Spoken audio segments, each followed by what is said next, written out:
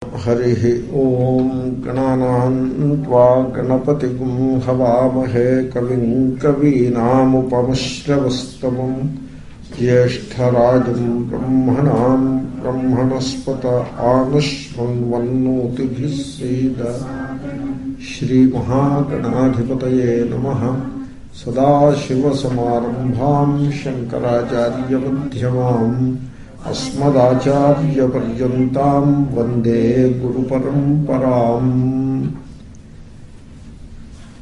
किमेतैरात्मनस्तुच्छैः सह देहेन नश्वरैः अनर्थैरर्थसङ्काशैः नित्यानन्दमहोदधेः. So this Atma, Atmanaha, Atma is Nityananda Mahodadhe. It is Ananda. Atma is Ananda. And you see, the word Ananda is different from Sukha. Sometimes the word Sukha may be used to mean Ananda, but when Ananda word is used, it must be clearly distinguished from Sukha. So, this is the Viveka, When you say Atma, you should not confuse Atma with the body. Atma is not the body. Similar, you should have that Viveka. So, similarly, when the moment you hear Ananda, that should not be confused with Sukha. So, Sukha translated as pleasure has an opposite, the pain. Pleasure and pain. So, you see, you should have a correct understanding of the opposites. The opposites are always together. It is like, suppose you are having day. Now, even as you are having day, the ground is preparing for getting night.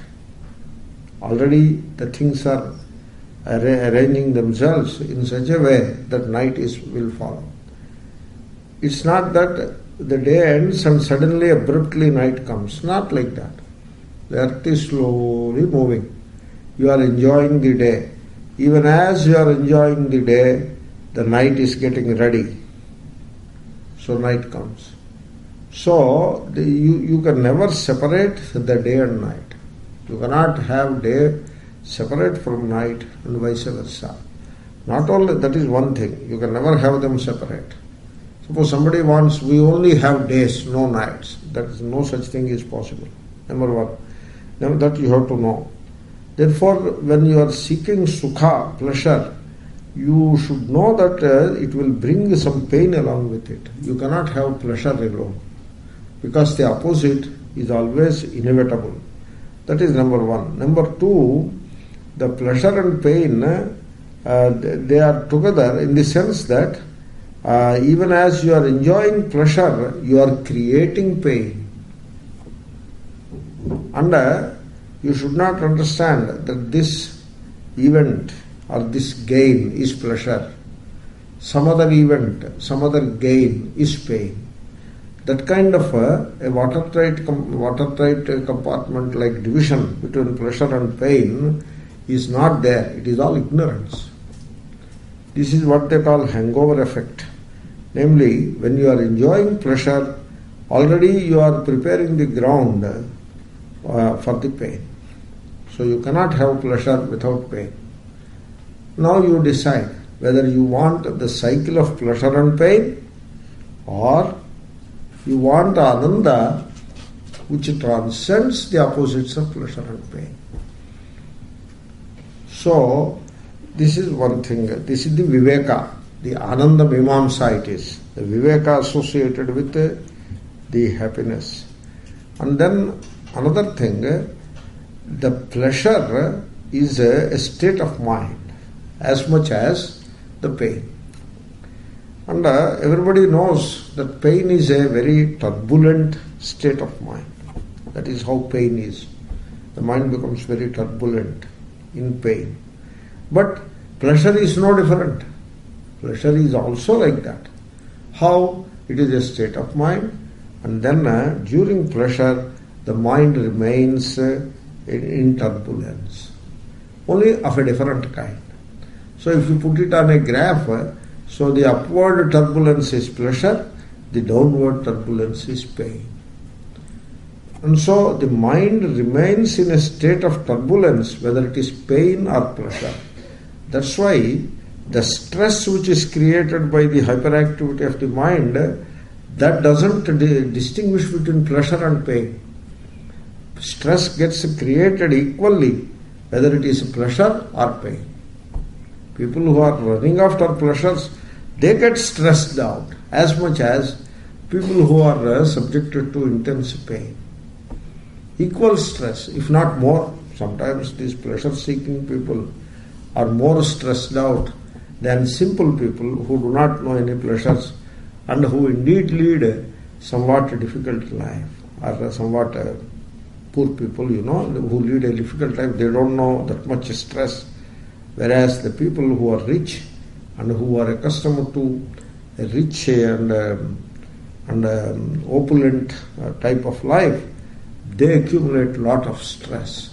That stress is coming from the hyperactivity of the mind associated with pleasure. Therefore, there is no wisdom, even there is no pragmatism in seeking pleasure. Pleasure is not what you should seek, because for all the reasons that I have explained, pleasure is as painful as any pain. Therefore, you should not seek pleasure. You should seek ananda. Ananda. And pleasure and pain are time bound. They happen and unhappen. In a time they happen, and another time they stop. Whereas ananda is timeless, nitya ananda. And then pleasure and pain are dependent upon the outside.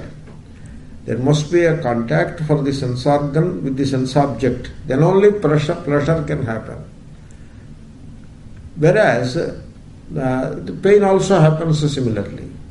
Whereas ananda is entirely independent. It doesn't depend upon the outer object at all. The outer world has nothing to contribute for the ananda.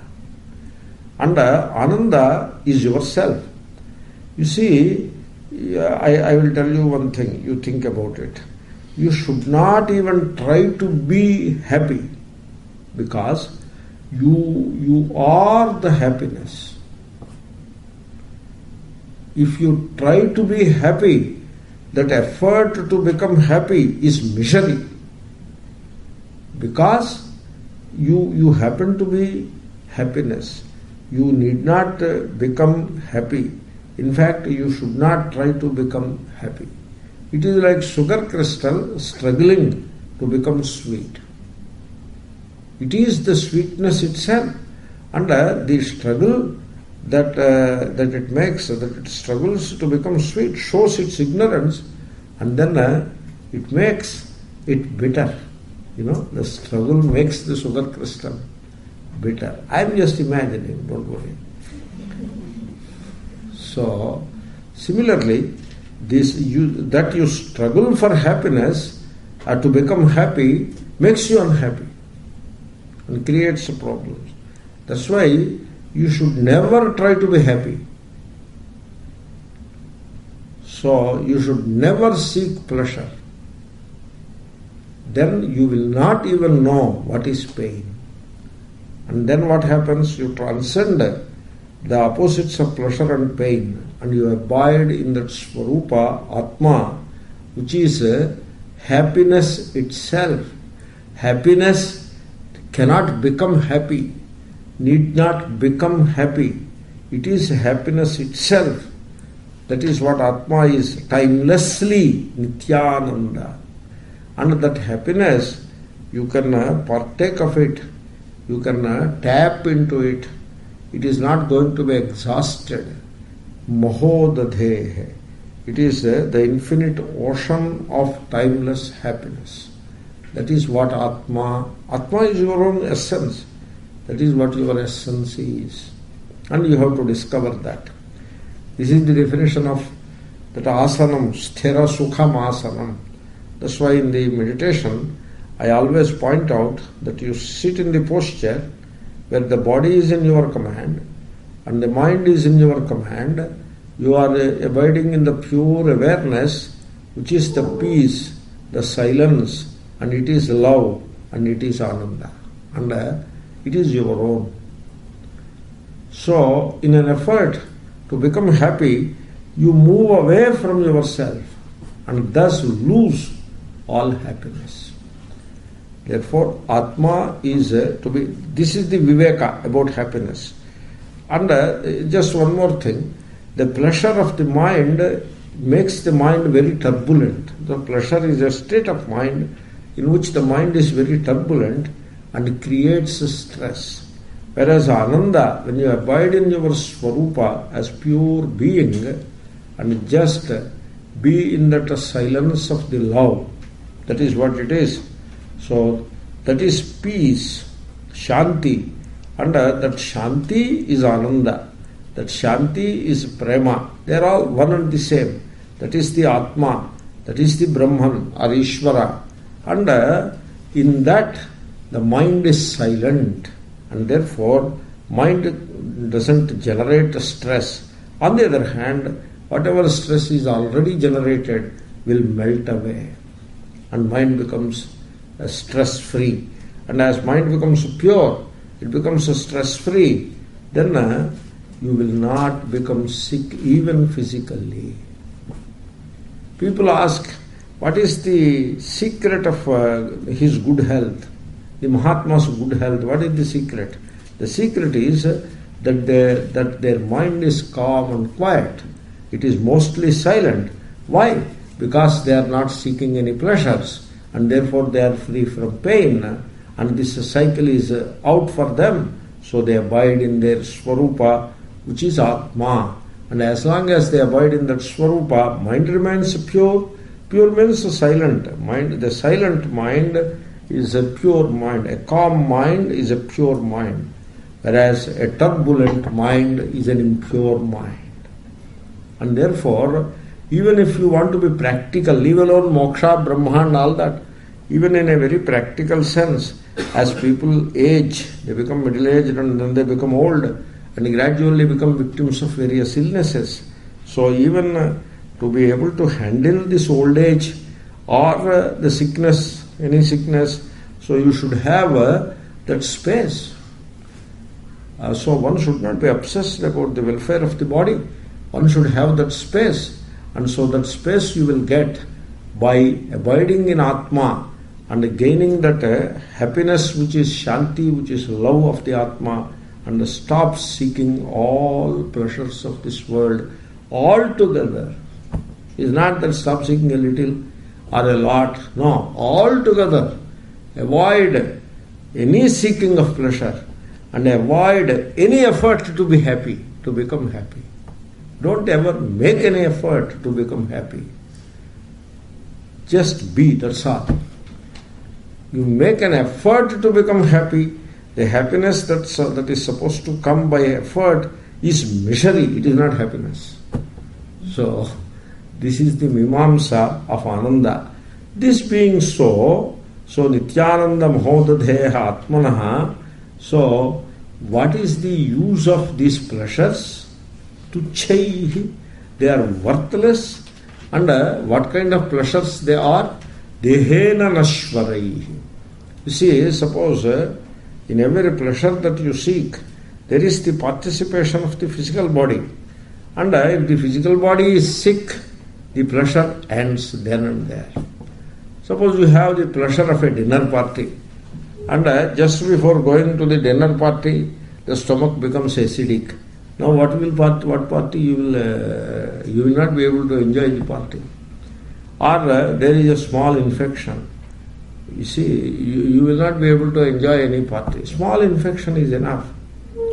And even if you gulp a very powerful single dose antibiotic, it requires 12 hours to take effect. Therefore the party is out. You cannot enjoy the party. Even a severe headache is enough to put a full stop to the party. And so this is how the body is. And then, okay, now you go to the party. The body is in good condition, the party is going on hilariously. How long can it go? How long? I tell you, the instruments of this pleasure seeking, namely the body, the sense organs and the mind, they will wear out. They cannot sustain this intensive pleasure seeking. They will wear out. And then, dehena nashvaraihi. As the body disintegrates, all pleasures that come with body, they are gone. And tuchha, they are worthless. Why do you pursue them? And then anarthai. They are a calamity in life. But artha sankashaihi. They appear, in fact, they shine brilliantly as though they are great achievements in life. Artha sankashaihi. Like that it shines. So, when you see some of these things, so an ignorant person, an inexperienced young person, younger, middle-aged, whatever, Viveka should come. It is not the age that matters. So, he gets carried away. Oh, what a beautiful thing it is. How pleasurable it would be. He sees a commercial and believes that we are missing all that pleasure. That is what he believes. Because it looks very attractive and really, really enticing. That is how it looks. And it is so brilliant, shining brilliantly, marvelously, like 42nd Street in Manhattan. It is all Mayanagari. Very attractive and very enticing. And when you see it sitting in India, you see it in a Hollywood movie, you feel this is the heaven that the Puranas describe. And we bitterly miss this heaven. It looks like that. Artha Sankasha. But then you go into it, it will destroy your life. Anarthaihi Artha Sankashaihi. So, people should have that wisdom. Otherwise they will say, how will it destroy? They ask. No, it doesn't seem to destroy. They ask like that. I will not be able to explain it. You should understand the human experience correctly and you should gauge it right way. Then you will know the calamity associated with the pursuit of riches and pleasures. It is a calamity in life, nothing short of a calamity. Anartha it is. That's why Shankara said, Artham anartham bhavaya nityam nasti tataha sukhaleshas satyam. So very powerful words. So what happens is, these arthas, these pleasures, etc., so they make us servile. And so when we cling to them because of our ignorance, and we cling to them, as we cling to the things of the world, there is only trouble, nothing else. There is only trouble. You cling to things, you cling to wealth, there is only trouble for you. It is brewing all around you when you cling to wealth. And when you cling to pleasures, you are creating insurmountable trouble for yourself. So, on the other hand, when you cling to nothing, no trouble arises. You should know that. So you should not think that clinging is important, necessary. We are living in the modern world, we are living in Canada, therefore clinging is necessary. All such self-defeating arguments should not be allowed to come anywhere near. So you should be able to see the truth. And the pleasure at the level of the body and mind versus vis-a-vis the infinite happiness of the timeless Atma. So what is it that you are seeking? What is it that you should seek? You should seek the timeless happiness of the Atma, and in the process you should be ready to give up the lesser Even if that lesser is worthwhile, you should be ready to give up. Even if it is worthwhile. It is not even worthwhile. What is the problem in giving up? So, the relinquishing of the lesser is important, is indeed the gaining of the greater. So, give up all, you gain all. This is how it works. You have to think about it. And please don't think that I am bothering you to give up and all that, or I am here to collect or any such thing. There is no such thing. You have to work up all these things yourself. So, when you give up all these pleasures, then the life becomes a pure radiation of joy, inner joy, from an inexhaustible source of love and happiness, which is Atma, Mahodadhe. So that is what life becomes. When you give up the lesser, that is what life is meant to be. The life is not meant to pursue or cling to these silly worldly things. So when you discover that Atma, that pure radiation of light, of awareness, of pure being, of love, an inexhaustible source of happiness, when you discover that Atma, in that light, the world appears like a dream. Very dim it is.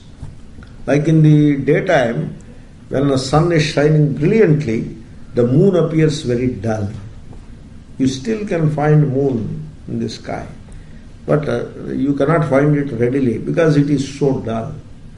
So similarly, when you discover that Atma, which is the Nityananda Mahodadhi, then the world, the pleasures that it can offer, etc., appear very dim and like a dream they are. They are not real at all.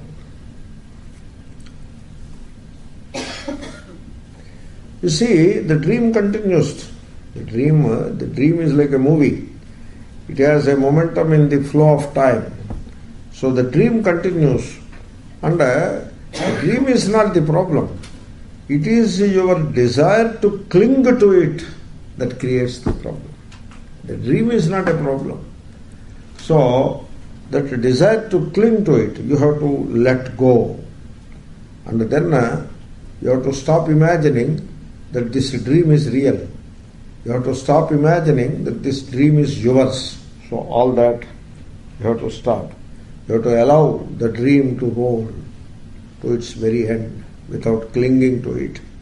And so you just look at the dream as a dream, refuse to give reality to it. So that is what the poet means when he says, Tuchaihi, so dehena saha nashvaraihi. Why do you want to accumulate all these things? They are not worth accumulating. This is Prahlada, So, I understand, you see, family life and the aspirations and the trials and tribulations of a family person are not unknown to me. They are not unknown. I know that. And also, I can sympathize. It's not that I have a very hard heart that I cannot sympathize with the issues of family people. I can sympathize also. But I see like daylight that all these trials and tribulations are mostly a product of ignorance. Some of it could be prarabdha that was created in earlier, which we cannot help now. Some of it is prarabdha. But suppose a child is not very intelligent, that kind of a thing, or less intelligent than normal, and therefore there is no proper growth, etc. So that kind of a thing is a part of the prarabdha. But most of the trials and tribulations that family people undergo, any people for that matter, that human being undergoes in life, is a creation of oneself entirely due to the ignorance. And in our ignorance, we imagine things and we end up believing that our imagination is true, and we pursue the things of the world assuming them to be real. In the process, we create endless trouble to ourselves. Nirupyata miha swarthaha Kiyan deha bhruto suraha nishekadishvavasthasu klishyamanasya karmabhihi. The human being begins a life with a nisheka. Nisheka is like the jiva comes into the mother's womb. That is the nisheka. And then starts a life, a flow, or a run. It is a run, continuously running. So life continues like that. And then it continues and continues under nisheka, and then birth, and then the child is growing from the jiva's point of view. So the child is growing, and then became a young boy or young girl, then became quite young teenager, then became young university graduate or in the very youth, prime of the youth, and then middle age, then a later part of the middle age, and middle age syndrome, all that. And then the old age, and so the problems associated with old age, physical and psychological, then sickness, and then terminal illness, and then death. Kya baat hai bhai? And in the middle, karma bhihi. He imagines things, and so he has desires. So to fulfill these desires, he has to perform rituals or worldly actions. Need not be rituals all the time. And so, karma bhihi klishyamanasya. So this human being is afflicted by all these karmas. And so asuraha, or asura balakas, so Prahlada is addressing. And so, kiyan deha bhrutaha swarthaha nirupyatam. This is what is life. And in this life, and in this world, what enjoyment can be there for the individual in the world? What enjoyment can be there? You see, there is no true enjoyment in a life that is steeped in worldliness. There is no enjoyment. Because you constantly face all trials and difficulties, and you have to perform different actions to overcome those difficulties. And then to add it to all that, the desires and fears play havoc with the people's lives. And so, in this life, starting from the mother's womb to the cremation ground, how much enjoyment one can gain while one is permanently bothered by all these actions, desires and fears and all that. Therefore, do not invest or do not trust or do not depend upon the world, the body, the sense organs and the mind. This is the apparatus. On one side you have the world of objects and pleasures and the wealth, etc. And on the other side, to relate to that world, you have a physico-psychological apparatus or psychophysical apparatus, whatever you want to call it. So that is what you have. Don't depend upon this combination. It doesn't make you fulfilled because it is just unreal. It's like a dream. The Atma alone is real. And so you have to understand that. And you have to understand the utter folly of actions, worldly or ritualistic, secular actions or religious actions that are aimed at fulfilling desires. They are a disaster in people's lives. And so one should understand that. You see, family people, they are compelled to pursue some desires. The human mind's weakness is like that. It is like a mother, she desires my daughter or my son should come up in life. That is the desire she has. And people ask me, what is wrong with the desire? You see, I am not jealous of her having a desire and getting it fulfilled. I am not trying to be a spoil sport that her desire should not be fulfilled or she should give up. You got it all wrong. Because she has a desire for her son. What is this desire? She has a blueprint for her son. Blueprint of life. She has worked it out perfectly. Sometimes in consultation with her husband, so sometimes both of them together, quite often herself, worked out the entire blueprint. So she has, now everything is worked out. Only it's a matter of time rolling and those things becoming real. Like he has to pass B.Tech in first class. It is already well set, one event. Only time has to come. Time, it requires time. He is still in the third year, so it takes another 2 years. And then he has to get a seat in MS. And then after that also time has to roll on. Another 2 years it has to go. Then he should get a job in IBM. And then he should come home and tell parents, dear parents, now I feel like getting married. You decide which girl I want to marry. I have to marry. And I need not even look at her. If you look at her and if you are satisfied that she is good looking, I am satisfied. Your ears and your eyes are my ears and my eyes. I look at the world from your eyes. And so he should say that. And then they have already decided one young girl who brings a good amount of dowry and all that, coming from a good family, very traditional family, very orthodox family, and in which family there are all rituals, etc. are performed quite well. So they have all worked out. The entire blueprint they have kept ready, worked out.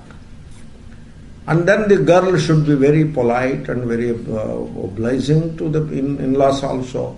And she should become pregnant in good time. And then she should give birth to a male child. Now I say, dear mother, you are creating all trouble for yourself. All trouble. Suppose you do not desire anything for your son, suppose. You will not know what is trouble. The life rolls on. There is a momentum to the life. It has its own dynamics. Every jiva, every individual has to go through those dynamics. There is no exception. Rama is not an exception, Krishna is not an exception. Christ is not an exception, Buddha is not an exception. It has to roll on. And there is a higher power which is playing it out. And so we remain as a silent witness. We accept the positive as well as the negative with an equanimity of the mind. And so freedom from all desires is a absolute ananda it is. And on the other hand, all attachment implies fear. All attachment. In India, the parents want their son and daughter to go to America. Generally son, not that much about daughter. They want their son to go to America. And then, nothing wrong in it. It should happen. All our people should come and occupy the places in university, etc. and come up. I am for that. And but even as they get attached to that very deeply, there is already fear. You know how much fear? Whether visa you will get or not. You cannot believe how much fear people have about visa. Because American visa, it is not just given like that. Somehow they give 50% visas alone they give. 50% or even less than that. On a given day, or in any given season, if there are 100 applications for people to higher studies, some 20-30 applications alone get visas. Not all. And how it works, they have their own mechanism. And therefore visas are refused left and right. And the parent's heart is broken. And they live in fear, virtual fear. Literally they live under fear. And if one Mahatma says, doing Pada Puja will bring visa to you, they will rush to that Mahatma and do Pada Puja. And if somebody says going to the temple and doing that Sahasra Puja will get visa for you, they will rush there and do it. They are driven by fear. Why should we like that? If they give visa, we will go. Otherwise, we will stay where we are. You have a home, you have a family, and then there are jobs for young people in private. Government may not give jobs, but private jobs are there. Or there can be higher studies within India itself. Why should we be so crazy about it? This is how all attachment implies fear. And finally, all things are transient. They are not real. And fear makes a person into a slave. Therefore, this is the attachment. Attachment is not love. In attachment, you cling to things. In love, you do not cling. Love does not cling. Clinging is not love. And therefore, the human being, so this is how they suffer in life. Karmanyarabhate dehi. So I wanted to say, if there is a compelling desire, nothing wrong in it. You may keep it. If you are sure that it is very genuine and nothing wrong in it, you are, as a family person, as a grahastha, you are entitled to that, you are welcome to keep it. And every desire puts us on a chain of actions. So be ready for that. And then if some rituals are to be performed to fulfill a meaningful, genuine, very compelling desire, by all means, for God's sake, please go ahead and do it. But you have to think twice before pursuing any given desire. So, unfortunately, we imagine things. And as we go on imagining, so newer and newer desires are born from that imagination. And the desires will lead to fear. And all craving that we have for things is due to a sense of insufficiency. And you have to know that you are the infinite ocean of bliss, that is the Atma. You have to know that you lack nothing. You have to know that. Sitting here, I can remain sad or unhappy that I don't have this, I don't have that. On the other hand, if only I have viveka to see, what do I lack? I lack nothing. I lack nothing. I have everything that a human being needs to lead a simple and peaceful life. What do I lack? I lack nothing. If I have to remain frozen in this position, I welcome it. I don't want any change to happen in what I am now or what I have now. I lack nothing. I have to see that. On the other hand, if the present position, being a part of the flow of time, it rolls on to something else, I will roll on. I don't stop it. If I have to go elsewhere, I will go. But I don't lose sight of the basic truth, namely, I lack nothing. That is the truth. With every human being, that is the truth. And we miss that truth. And then start imagining. Go on imagining. Oh, this should be, I have, this will be better, this I need, that I need. Like that, imagine and imagine and imagine. And then the mystery of imagination, I told many a time, it is the mystery of imagination that it appears real. And therefore pursue that imagination. And that leads to a number of desires and fears. Now you are deep in the samsara.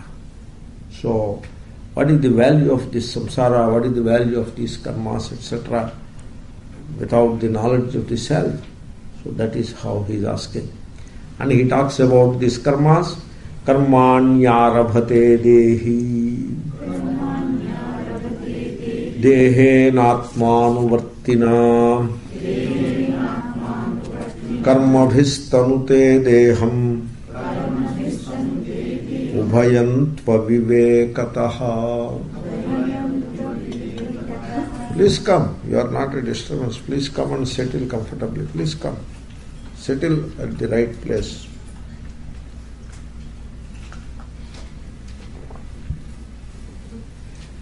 Dehi, deha. These two words are used in this verse itself. You find them. And of course, Gitacharya uses the words dehi and deha. Dehi is the embodied. Deha is the body. You see, you should not look at yourself as mere deha. So, deha is healthy. You should not say, I am healthy. You should say, body is doing fine.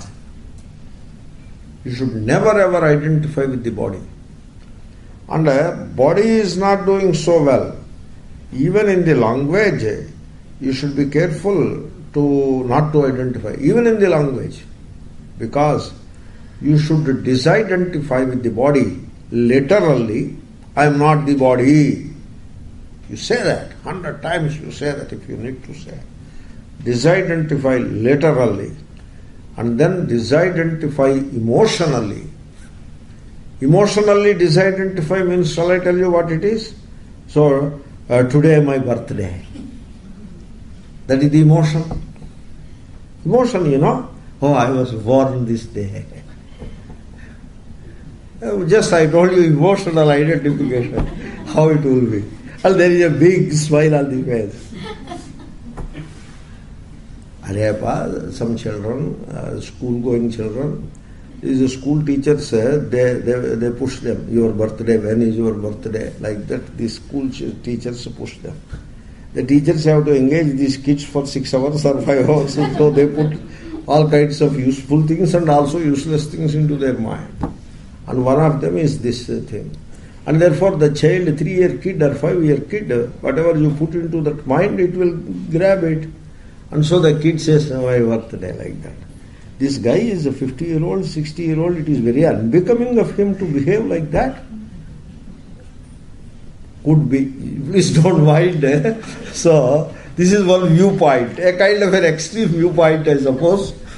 So, disidentify emotionally. It could be, need not be birthday only. The blessed thing need not be birthday only. My hair is very beautiful. What do you mean by my hair is very beautiful? That kind of emotional identification. So, you should get rid of it. Emotionally, don't identify with the body.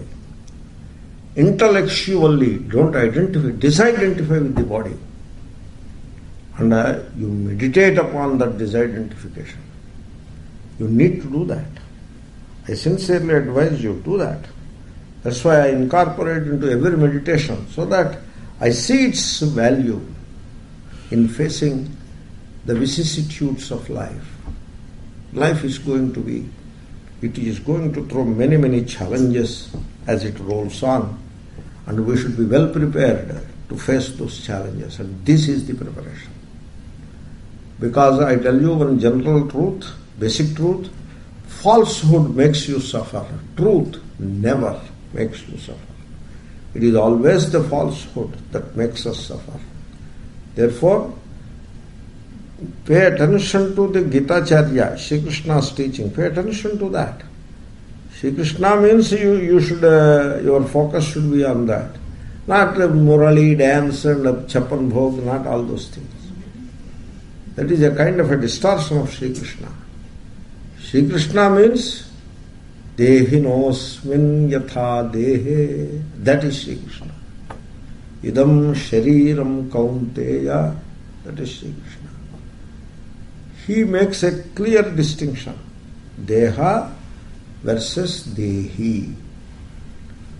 Asmin dehe, in this body, I am the dehi, the embodied. The body and the embodied, they do not belong to the same order of reality. They belong to a different order of reality. The body is now born, it is now growing, and it will mature, and then it will disintegrate, it will decline, and it will die. Whereas the embodied, it doesn't take birth, it doesn't die, it doesn't grow, it doesn't decline, it is changeless, timelessly changeless is the embodied. Keep the distinction. Don't confuse between the two. Don't mix the sugar with the dust. Don't do that mistake in life. You will be spoiling the sugar and you will not do any benefit to the dust by mixing up sugar with the dust. Don't do that mistake. So keep dust separate and sugar separate. Deha separate and Dehi separate. Deha remains in good condition. Dehi is not deluded. But unfortunately, Dehi identifies with the Deha. Dehena Atmanuvartina. He identifies with the Deha and ends up believing that body is myself. Myself. Self is what I am, and that self is the body. How? Why this kind of a mix-up? Avivekataha. I am explaining the verse. I do not leave the text. You think that I am going everywhere, therefore I have left the text. No. I am with the text all the way. Avivekataha. Because there is this ignorance, non-discrimination. Avivekataha. You see, you should be able to discriminate, what is called discernment. You should be able to discern the body versus myself. That discernment should be there. But when that is absent, then karmanyarabhate. So the embodied is not the doer. It is always the body-mind is the doer. Never the awareful being that is reflecting in the body-mind. So, you see, it is the water is moving and the reflection of the moon in the water appears to move, but the moon doesn't move. You are like that. Therefore, you should not take the movement of the body-mind as your own movement. You should discover that space you have to discover. I am talking of not some armchair philosophy. I am talking of very practical things. This is something which you have to discover. You have to discover now and here. You have to discover. You listen to the Shastra, you reflect upon the Shastra, you read it, the right kind of reading, and then you meditate and discover the space between yourself and the body-mind. And in discovering so, you will discover that the body-mind is functioning, but you remain changeless being. You don't reach there on day one. First of all, you have to disassociate from the body-mind and learn to abide in that changeless being. You have to do that. And as you practice it, meditation, as you practice it well, then gradually you get a knack of abiding in your being. Being versus doing. Thinking is also doing. Thinking is also a doing at a very certain level. So thinking and doing are the body, mind, and being is the Atma. That is the distinction. And you should not identify with the thinking, doing all the time. You should remain unidentified with the thought and with the body. Means unidentified with the thinking and the doing. Body is doing and thought is thinking. So unidentified. And then you abide in your pure being. And then gradually you get centered there. That is your center. That is your source. That is the source which you are. That is what you are. Not this doing, thinking. Thinking, doing, you are not. You are that pure being. First you should know being distinct from thinking, doing. Being distinct from thinking, doing. You should know that. How do you know? By being the being, you know the being. You don't know it, it will not come and stand before you to know. You know it by being. You know the Atma by being the Atma. And so do meditation. So be that. Be, just be. And discover your being. And then abide in that being. As you do that, you get centered. You discover your center. Not in thinking, doing. You discover your center in being. And then you develop a knack of remaining there, even while acting. Suppose you go for a walk. You can try it while you are walking. But first you should establish yourself in the being, not without that. So first you should find your source and stay in that source. And then try in small things. Washing the hands. You be. There is the movement of the hands, but you still remain fixed in the being. Like that, washing the dishes, still you are fixed in the being. Taking a walk when you are alone, still you are fixed in the being, even while walking. So like that. This is how you have to discover that there is doing, but I am not the doer. Atma is not karta, but there is doing.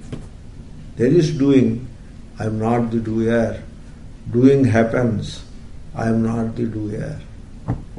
I am akarta. This is what you have to know. But avivekataha, there is no viveka. So being is confused with the thinking. People confuse being with thinking. They think their thinking is that I am thinking, that is my being. Thinking is not your being. I have a degree, that is my being. Degree is intellect, that is not your being. I am the body, that is my being. No. I have accomplished this, means some action, that is my being. No. That is not your being at all. Don't confuse being with doing. Being is different, doing is different. Being is Atma, doing is body mind. But when the Viveka is missing, avivekataha, karmani arabhate, he assumes that he is the doer. And he is the dehi, not the deha, but he believes that he is the deha. He is the non-doer. There is doing, he is the non-doer, but he believes that he is the doer. A twofold confusion, that is what he is pointing it out. Karmani arabhate dehi, dehena atmanuvartina, karmabhis tanute deham, ubhayantu avivekataha. Okay, you are the doer by mistake. By mistake you are the doer, and when you are the doer by mistake, so the mistake, it continues, and so karmas accumulate. And therefore, with the body, first identify with the body, then become a doer and do karmas. And those karmas accumulate, and you are the karmi, and therefore this body will go, and then they create another body. So what a misfortune. So you make one mistake, then compound it with another mistake. Then this whole life is a flow of actions and their results and suffering. And then this life ends at last. Another life is just waiting there. One more body. This is the folly. So you have to know that you are not the body and you are not the doer. So these things sound very peculiar, So, you see, in this doership, etc., people are sometimes very clever. They are very clever.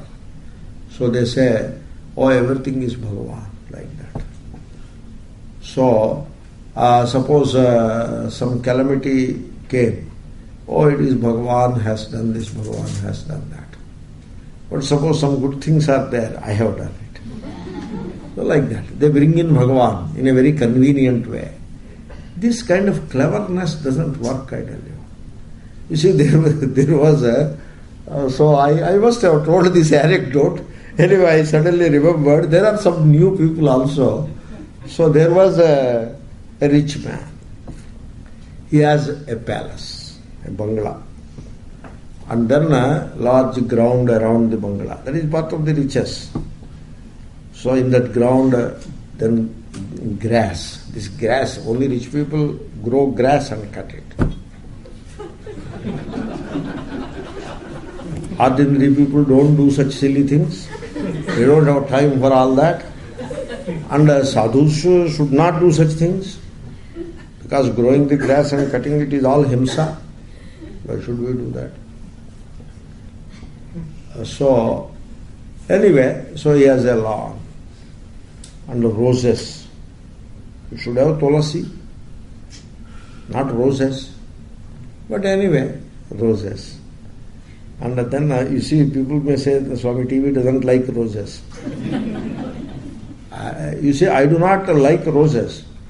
I do not dislike them also. I just leave them where they are. Anyway, I am a funny guy. I have my own unsophisticated way of living. Anyway, so this is the garden. And he has a gate to the garden. This is India, you know. So, in India you need to have a compound wall, a gate and all that. So, and that gate should be kept closed. Somehow, somebody did not close it properly. This cow, there are cows roaming around on the street. And where your gate ends, their street begins. That is also there. It's not like Toronto, where between the road and the gate there is a lawn and then a sidewalk and some trees and again some more lawn. Then the road begins. That is Toronto.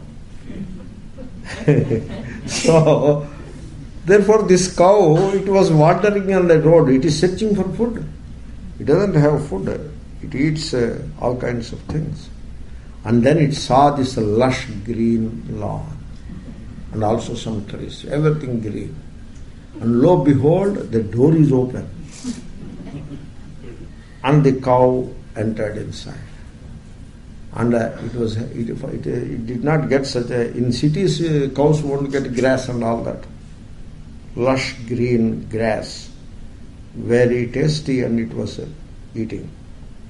This man saw.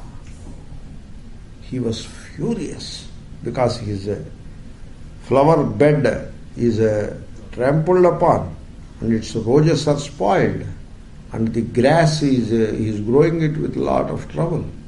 And he has put fertilizer, this and that, and it is imported grass also. Not local grass. And so this cow, it is just spoiled everything. Thousands of rupees worth garden it has already spoiled. So he was furious and he was having a blunt instrument in his hand and he threw it with all his might. And it hit the cow in a very soft spot and the cow died. A story.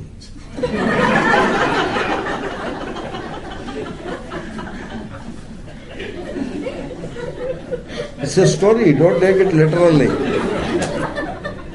And now, when the cow is killed, there is a thing called gohatya patakam, the sin of killing a cow.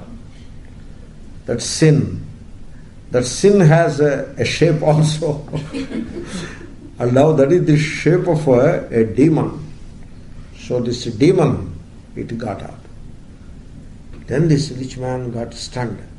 There is the cow dead, and then this demon got up from there. Who are you? I am the sin of killing the cow. Gohatya. Okay. So what do you want? I have to come and embrace you because you killed the cow. No, I did not kill the cow. Then who killed? The hand killed, not I.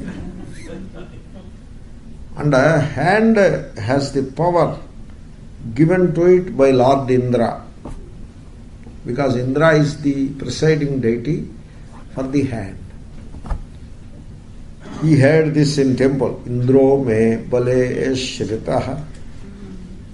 This is what he had in the temple. Very clever guy. And therefore, the hand is moved by the Lord Indra. That is his power which moves the hand. And so Indra has killed you. Then this Gohatya, it was a bit confused, but his argument seems to be in place. And therefore it went to Indra.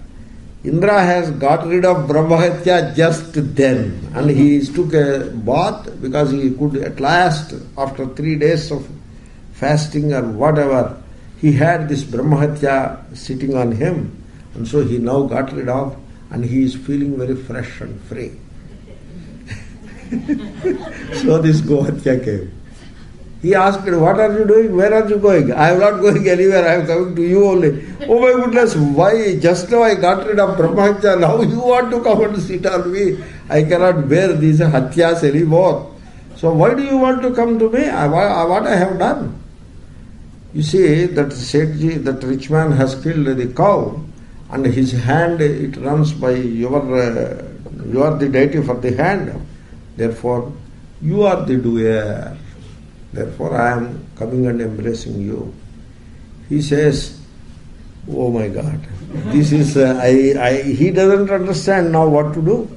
Are you not the presiding deity for the hand? Yes, I am that. Then I am coming and embracing you. No, just wait.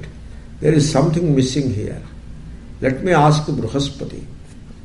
And he asked Bruhaspati, what is this? The cow gets killed and I get the Brahmahatya, the Gohatya. Then Bruhaspati also was not able to understand. Therefore both of them took this Gohatya. Let us settle before Brahmadeva. They went to Brahmadeva. It's a Puranic story. And Brahmadeva was confused. Because Indro me bale shritaha. Indra is the presiding deity for power. And therefore Indra must be the killer, the one who killed. Then generally whenever they have such a dilemma, they go to Vishnu. So they went to Vishnu. And Vishnu told, you go home. You don't worry. You do not get this Gohatya. But somebody should get it. It is created, So he told Gohatya, you come with me. And he took the Gohatya and went back to that rich man's home. And he asked the Gohatya, just remain here. Don't be in a big hurry. Don't create any scene. Just wait here. I will show you to whom you should go and embrace. You will do that. Just wait here. Okay? Then he took the form of an old Vedic scholar. And he opened the door. The door was closed. He opened the door. Door means that the gate was closed. He opened the gate and went inside. The Sethji was there. And already the dead cow is removed from the scene, but the Sethji was there. Then he blessed the Sethji, the rich man. Oh, may God give you all wealth, this and that. He was very happy to receive these blessings, coming from a Vedic Pandit and all that. So, then, so I will give you some dakshina. Please come. Very nice of you. So I came to bless you and you will give me some nice dakshina. Very glad. And you will flourish this and that. Then he asked, this palace is a wonderful palace. Who made it? The rich man, I made it. Very, very nice. Great palace. You are a great accomplished person. The garden around it is even more beautiful, very befitting the palace. So how did you get this garden? I did not get it easy. I struggled and invested a lot of money and got it. And I made this garden also. Oh, is it? How come that bed of roses is trampled and there seems to be something lying there till now? Yeah, one silly cow entered and trampled it. And so what happened to that cow? It died. Then who killed it? Indra killed it. No, Indra did not kill. You only killed it. Because you made this palace. You made this garden. Oh, Gohatya, come here. Go and embrace this guy. This is how it happens. So, if you are a doer, then you are doer of everything. Good and bad, everything. The samsara will follow. Gohatya will come. And any great ritual you have performed, that also will come. And all these plus and minus, they are always together, they will come. Nobody can avoid that. But if you are not a doer, then nothing, even Gohatya cannot touch you. So, one is a doer only by ignorance, aviveka. And one is the body only by ignorance. That is the essence of that verse. Tasmadarthascha kamascha dharmascha yadapashrayaha bhajatani hayatmanam aniham harimishwaram. Tasmat, therefore, artha kama dharma.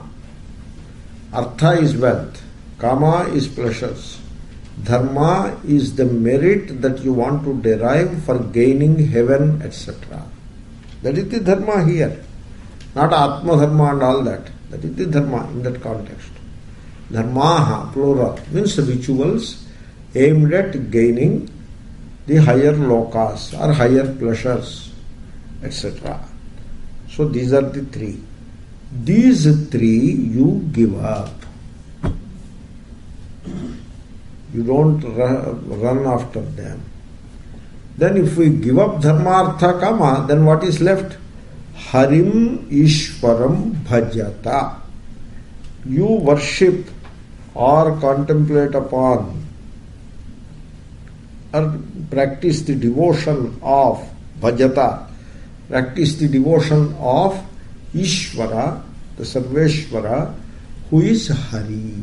As I told earlier, Hari, who will put an end to the afflictions in one's heart. Harati iti Harihi. You worship Ishvara, but one condition, Anihaya. Iha is desire. Anihaya. So this point will be coming again and again. Just worship Ishvara for the love of worshipping Ishvara.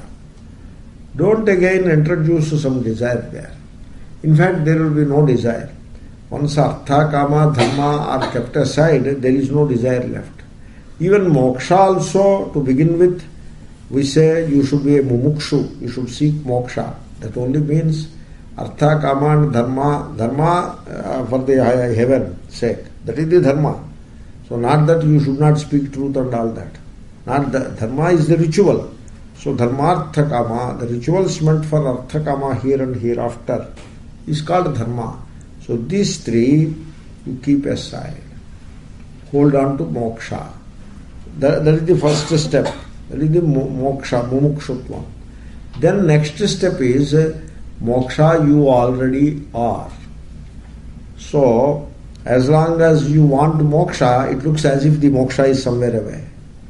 Therefore, you realize that you are the moksha and keep quiet. So give up moksha also. But don't give up worship of Ishvara. That alone you keep.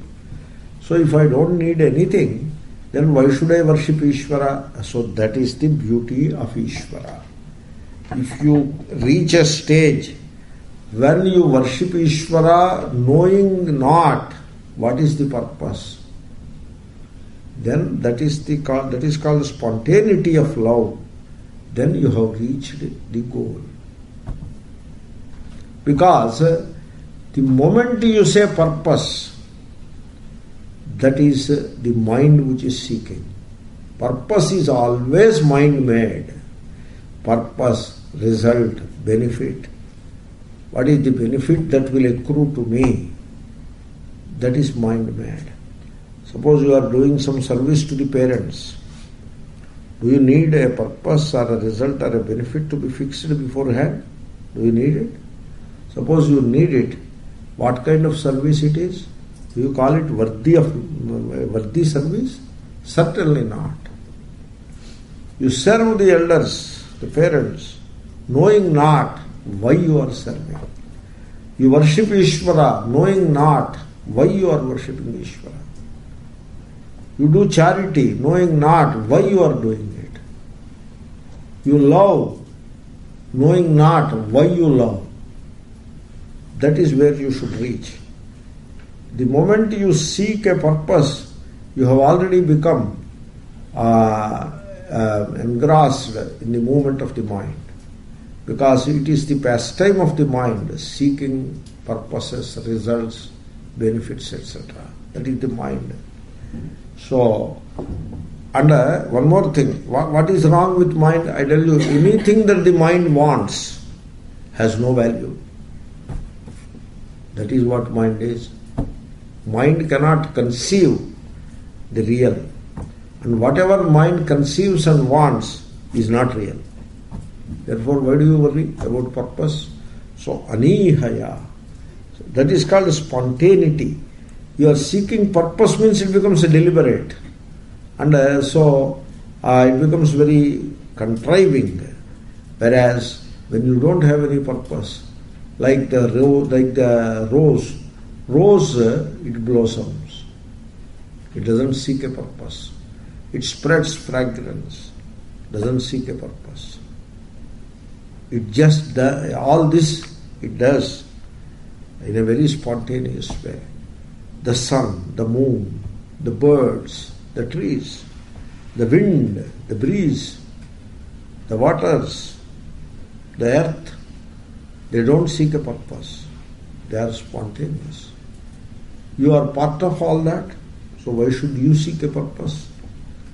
So anihaya, you worship Ishvara without seeking any purpose or any such thing, very spontaneously. And very interestingly, Atmanam, Ishvara happens to be Atma. Atmanam Harim. And Aniham, in Atma there are no desires. Desire is located in the mind. That's why Gita Acharya Sri Krishna says, Prajahati yada kaman sarvan partha manogatan. So manogata, the desire is manogata. It comes into the mind, or it comes from the vasanas which are the mind. From there it comes. And very interestingly, it comes, and if you allow it to go, it will go. That is how the mind is. But if you are interested in it, it won't go. Now it binds you. It is like a whiff of smoke. The thought, the desire is like a whiff of smoke. You just ignore it, it will dissipate. But if you hold it, then it will hold you. You don't hold it, it will hold you. So, this is the way life moves. And therefore, Harim Atmanam. So, he is your Atma.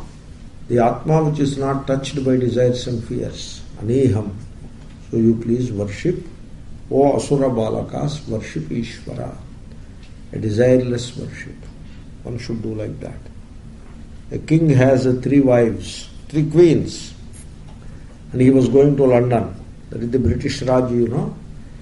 So they visit London. That is the status.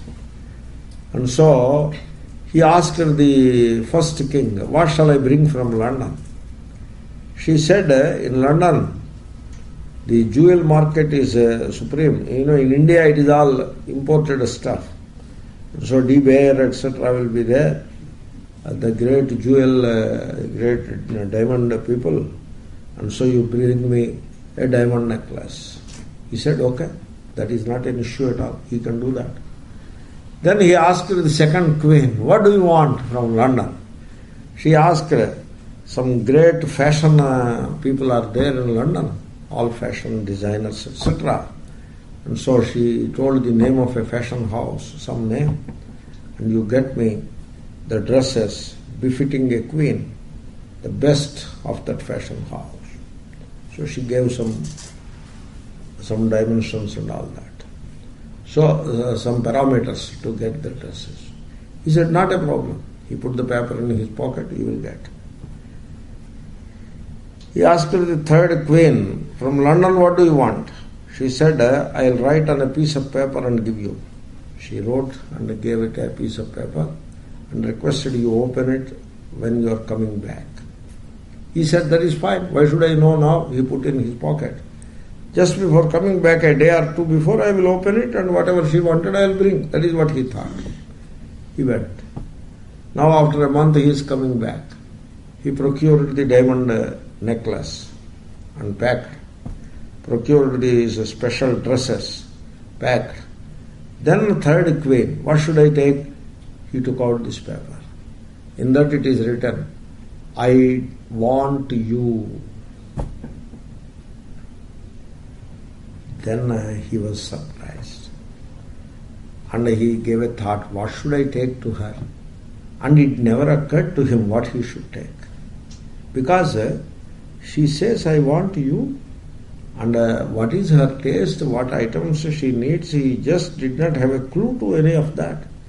Therefore he decided, time is also over to go to the ship. So he decided, okay, then if that is what she wants, then that is what she gets. So he entered the ship and came back. Came to the palace, called a servant and gave a box, give it to the first queen. Another box, give this to the second queen. And he went to the third queen. That is the story. So, you worship Ishvara like that. Anihaya. Then you will discover Ishvara as the Atma. Ishvara is no different from you.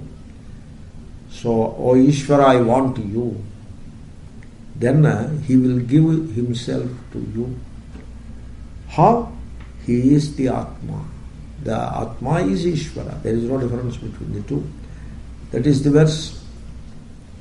Sarvesham api bhutanam Hariratmeshwarah priyah Bhutair mahadbhisvakrutaihi Kritanam jiva samujnitaha. Sarvesham bhuta. This Hari, Ishvaraha, is the Atma, not only to you or to me, but also to all living beings. That is the Atma. You see, I tell you, it is something like this. You may find it a bit odd, but then truth is always like that. Whatever appears in the very first glance is not the truth. You should know that. For example, it looks as if the sun rises and sets, and sun goes this way, like a parabolic or circular path. He goes round the earth. And then moon also goes round the earth. Stars, they also go round the earth.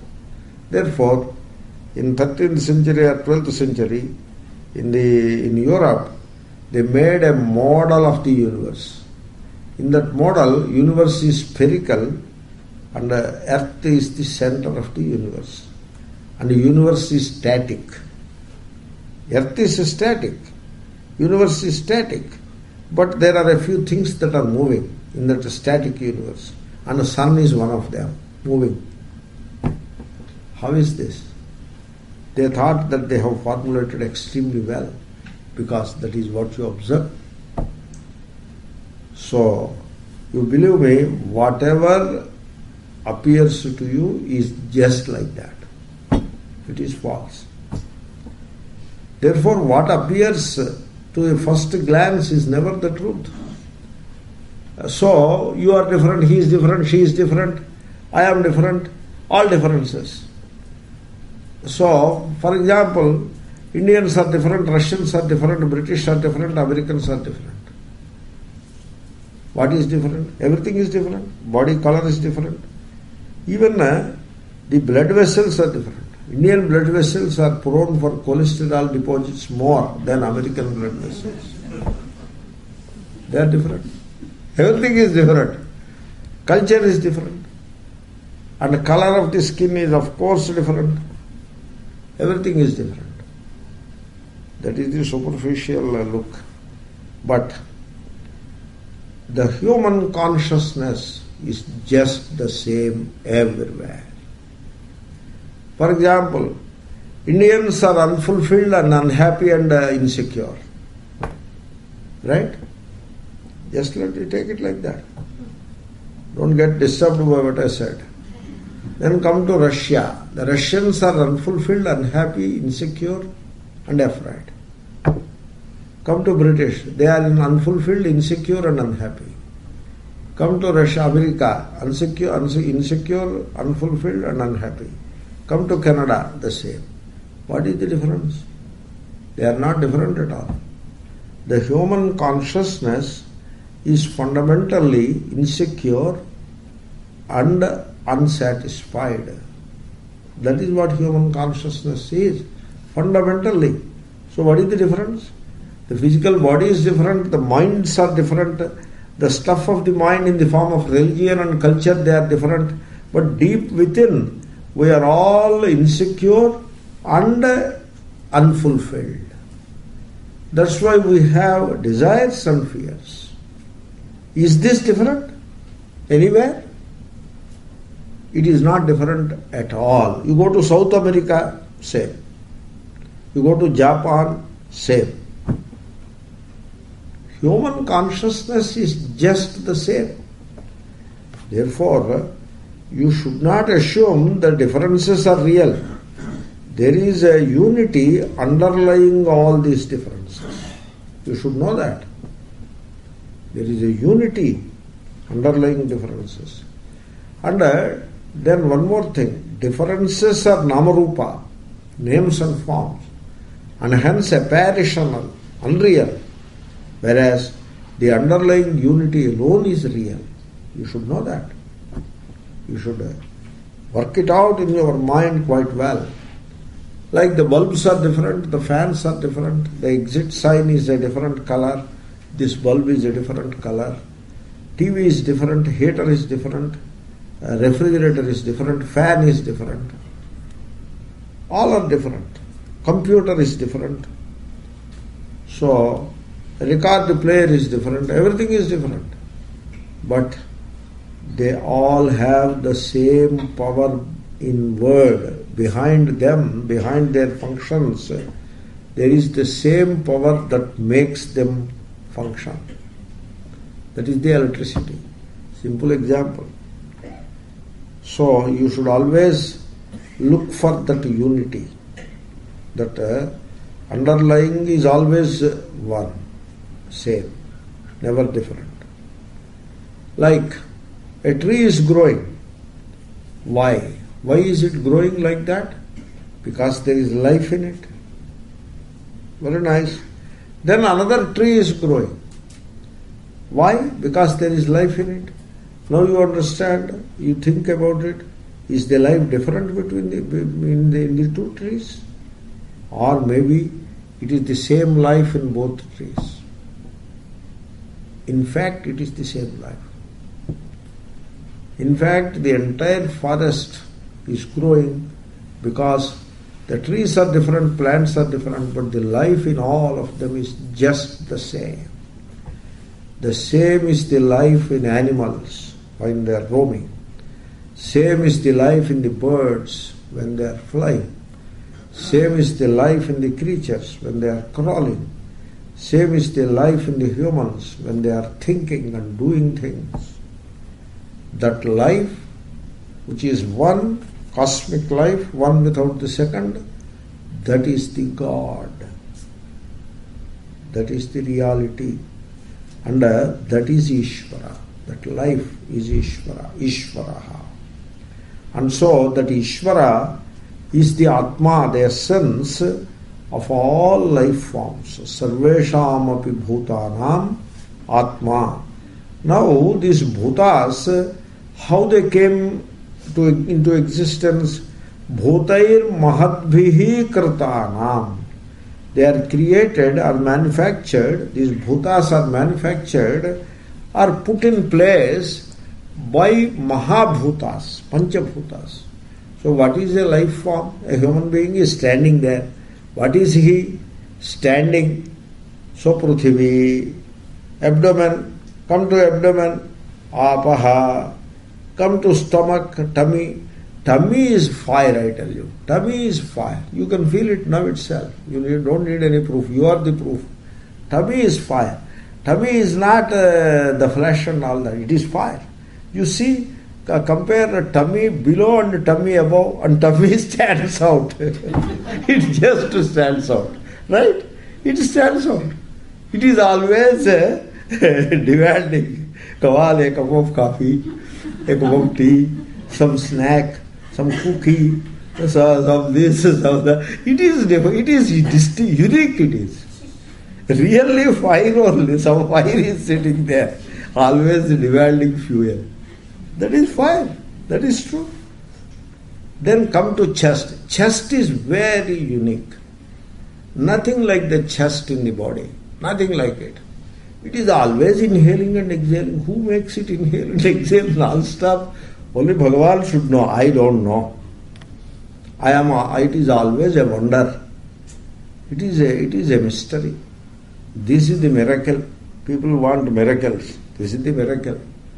I am not doing it. Then who is doing it? And why doing it? I don't know. You see, a boy was asked, in the high school, the teacher asked the boy, who wrote Mahabharata? He told, I did. So like that. So really, that is the truth. So here, who is inhaling and exhaling? I am not inhaling and exhaling, not me. You please don't blame me. I am not inhaling, I am not exhaling. Chest is air, it is. Prana, air. That air goes in, and all the oxygen gets absorbed. Most of it gets absorbed. If you keep the lungs clean and quite well serviced by pranayama, you have to do some servicing. Like carburetor is cleaned occasionally in the car. Like that, by pranayama, the upper lobes and the lower lobes are cleaned. And so it is in a very fresh shape by pranayama. Pranayama makes it like that. Then most of the oxygen that goes in gets absorbed. And then some carbon dioxide goes in, but a lot more carbon dioxide comes out. Oh my God, this is a wonder. Carbon dioxide comes out like that.